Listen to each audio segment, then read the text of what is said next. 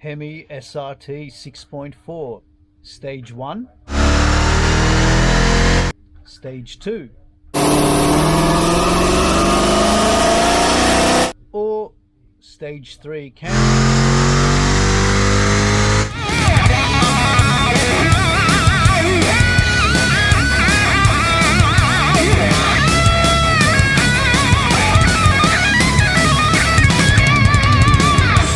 This is not an exhaustive scientific comparison of these three camshafts, because first of all, I'm comparing them in three different vehicles. So ideally, I would like to compare them all in the same vehicle. Unfortunately, I don't have that luxury or the access. But what I've done is I at least tried to pick out three vehicles that were quite similar in terms of modifications. All three where I've got these camshafts have had the same exhaust system and same headers for starters. There were slight differences in air intakes, but I think that's more of a minor difference. I tried to be as close as I can with the three cars. So what do stages actually mean? Well, it's a simplification for describing camshaft size and profiles for engines. So Stage 1 cam is usually the first step above the stock camshaft. It's the smallest. Stage 2 is bigger again, and Stage 3 bigger than Stage 2, and so on. This doesn't really tell us about the camshaft itself. It's just an easy way of comparing between different cams. And there's also one more caveat to that, is that depending on what brand camshaft you're running, like a Stage 1 in one brand could actually be a Stage 2, or perhaps like a Stage 1.5 in another. Okay, so let's take a look at some results then. Here's the power graph that I've printed with all three runs from three different cars fitted with the three different camshafts. So let's take a look at the final numbers first. Let's start from the exciting end. So we've got 435, 439 and 434 horsepower, so much of a muchness. They're all within sort of 1% of one another. So we look at the overall curve and the graphs. So I've got Stage 1 in the light blue here. We've got the violet Stage 2 and the green one Stage 3. So on the left axis here, we've got power starting from 25 horsepower to 475 horsepower. I've plotted engine RPM along the bottom here to make it a little bit easier to understand and follow rather than road speed.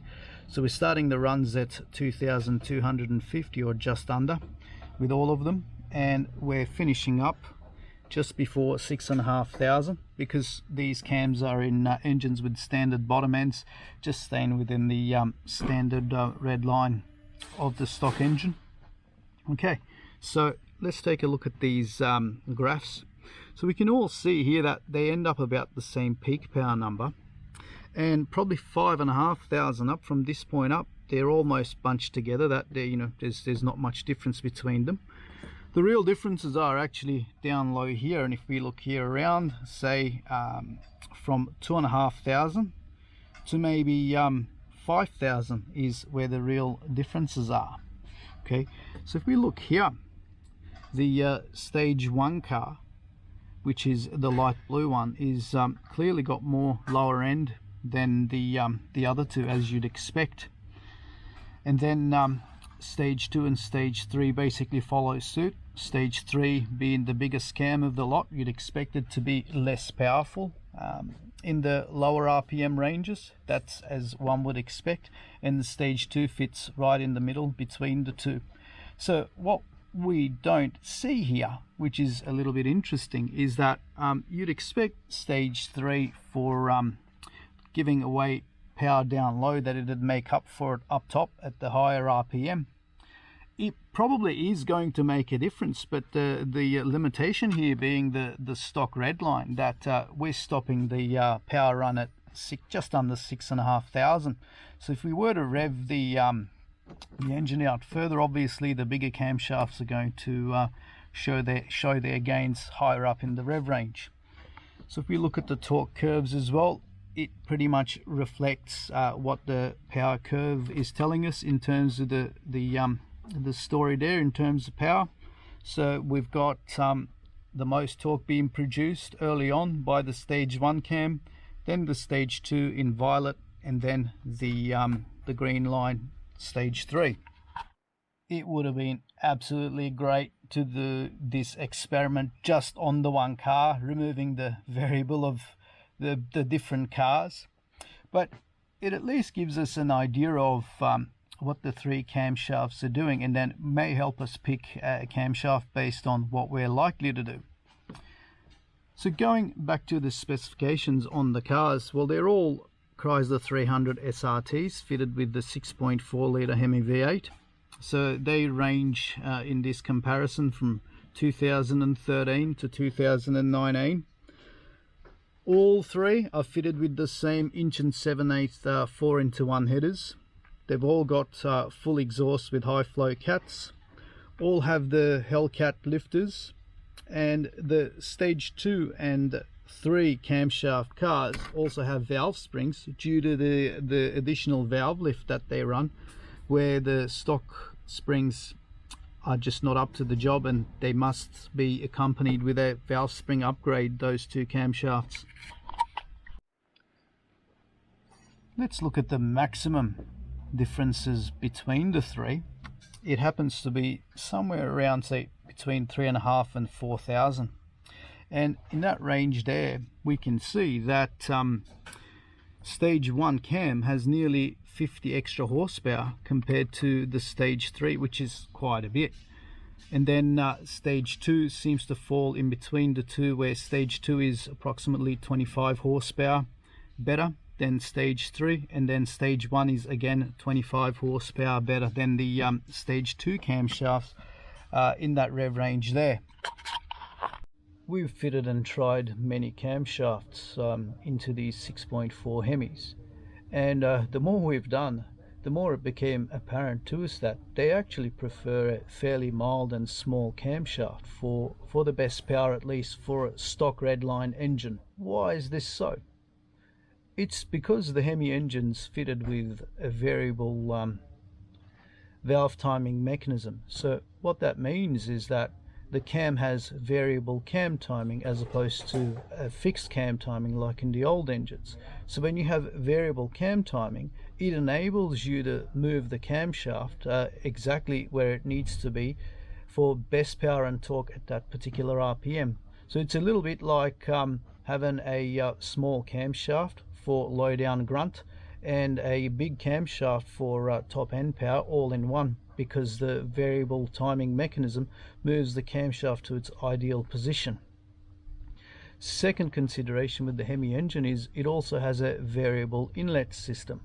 So variable inlet has 2 different runner lengths, a short runner length for high RPM performance and a long runner length for low RPM performance. So because it's got these 2 to switch between to have the best case scenario regardless of what the camshaft is doing, it can get away with a much smaller camshaft. I often see this on other engines as well that are fitted with variable valve timing. On any engine where I've had variable camshafts, the camshaft that made the best power for me hasn't never been the biggest one. It's usually it's more towards the smaller end of the spectrum, really. So why would people want the bigger camshafts then? Well, okay, there's a couple of reasons for that. Depending on the intended RPM use, a bigger cam might be the thing for you. The second one is psychological. Even when we were starting out with camshafts, well, I wasn't going to put a stage 1 in. Stage 1 almost felt like, nah, stage 1, let's go stage 2 or 3. Yeah, we're here to make horsepower. We're not going to muck around with a small camshaft. Let's take another look at this power graph. I just want to discuss a few extra points to see what you guys think. If we were drag racing and we were keeping the revs above 5,000 and up to 6,500, you can see there that between the 3 there's really not a lot of difference, and I don't think you'd be able to split the 3 cars. The difference mainly comes into effect when you're lower in the rev range. Obviously, low down torque is more important with a heavy car like the Jeep Grand Cherokee SRT 8, which is nearly 600 kilos heavier. So why would we then want to put a stage 2, 3 or bigger camshaft into a standard Hemi? Well, okay, there are some considerations, so let's run through some of those.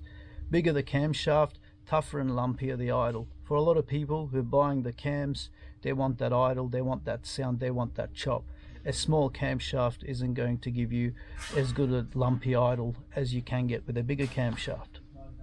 Next case, what if we had a built engine that could turn higher RPMs than the standard engine can? So I've got a power graph that I've put together. Now those 3 cars that I was comparing, I'm only revving to the stock red line of around 6,500. They make peak power, actually they're still peaking at that RPM, so if we were to rev them harder, some of them, especially the bigger camshafts, are going to keep making the power. So this is what I wanted to more illustrate here. So what I've done is I've got 3 graphs on here again. Blue's our stage 1, green's our stage 2, red's our stage 3. Except in this case, what I've done is a bit of a prediction, and an exaggerated one at that. Is let's imagine that we were going to actually 8,000 RPM instead of 6.5 like we were previously. Now we know what happens in the lower end, we've already seen and discussed that. So if we look at 6,000 and above, which happens to be the crossover point, so if we were going really high RPMs, and if we had a built engine to be able to utilize the higher RPMs, I would expect the stage 3 cam to keep making power and possibly make the highest peak power of the 3. Then would be our stage 2 camshaft, then followed by our stage 1. Again, larger the cam, better it works at higher RPM. Well, this is the end of our video. Hopefully you've gotten some information from this that you might find helpful. If you've got a Hemi project that you'd like help with, we're more than happy to assist.